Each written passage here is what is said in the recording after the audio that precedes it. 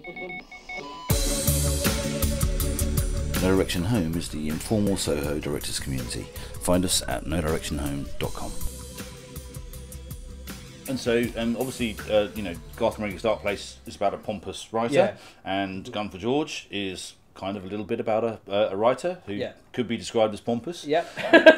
Pompous in private. So what is it about pompous writers that there is something there? I'm just interested in what is there a specific sort of like attraction for you? It was interesting because I mean I find pomposity very funny, so I always, you know, and it's a danger because you always feel, I feel slightly pompous sitting here, kind of talking about it all. So I'm slightly self-conscious, really. It feels very pompous. That's quite a pompous thing to say, actually. Yeah, exactly. That's important. So different levels of pomposity here. Pomposity rings.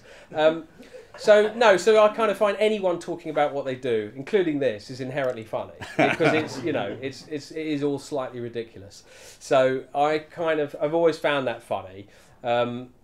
Terry Finch was a bit different. Terry Finch is a different kind of writer. He's a failed writer, and he's really someone with a, you know, I don't kind of see him as pompous. I see him as dangerous and unhinged.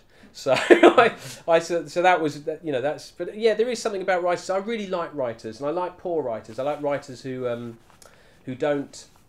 churn out a lot of stuff. I like the discipline of writers who create stories and they pound them out, and they often don't have much of a connection with real people.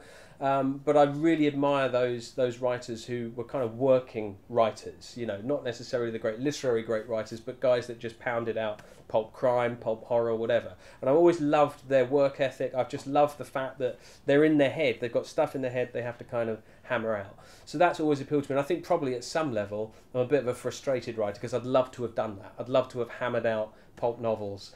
And I kind of know I don't have the discipline to do it. And so I admire that. And it's probably slightly wish fulfillment of wishing that I could be like that and sort of, you know, have lots of books coming out. But it's also, but I think that there must be some sort of fascination with the idea of a character who sees the world in a very different way to it actually is. Like they have a conception of what the world is or would be like in their ideal scenario, and it's just not like that. Yeah, I mean, I think with Garth Marenghi, I mean, we found it funny when the writer's voice bursts out of their prose in such an embarrassing way that you kind of know, you know, you're just piecing together what's going on in the writer's head, and that's always very funny.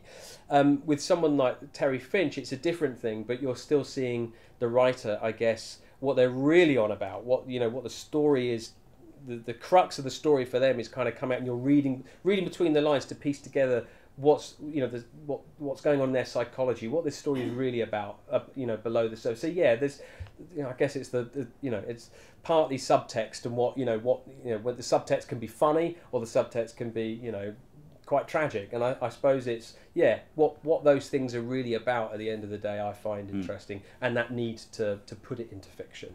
There's a really amazing book I've been reading again actually called I Am Alive and You Are Dead, Inside the Mind of Philip K. Dick. And obviously he took lots and lots of speed and had like very at one period he like wrote 14 novels over a period of 2 years, so he's banging them out in 3 weeks, and that was partially because he had to put money on the table, but also because I think that he he didn't have a filter which made him kind of sit back and go, should I be writing quite this? It's like, no, just bang it out. And I think maybe he fits into that. What's fascinating about him as well is that there is the classic Philip K. Dick character that recurs in so many of his books, and I was always quite puzzled by the fact that critics would say that was one of his weaknesses, that that he just repeats himself.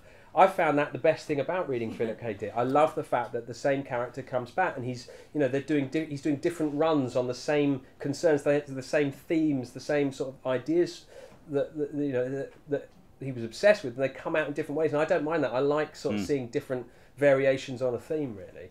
So yeah, I think he's a great, absolutely fantastic writer. But I love, because his characters have such humanity to them as well, and I think that and he likes characters that are failures, and he likes those things, and you really feel for them in these stories. So yeah, but he does do the same thing over and over again. But one of the reasons for that was one of the reasons that his characters always have this idea that the world is maybe not the world that they're in, but that is because he had a twin sister who died at the age of 6 weeks, and he was obsessed with the idea that his twin sister had actually lived and he was the one that had died, Yeah. and that maybe he was living in the mirror universe.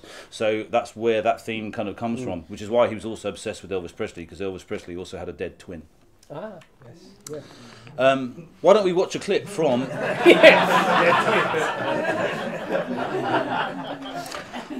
Why don't we watch a clip?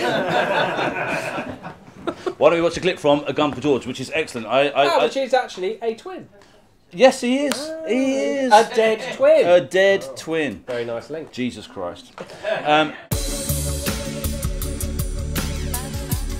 No Direction Home is the informal Soho directors community. Find us at nodirectionhome.com.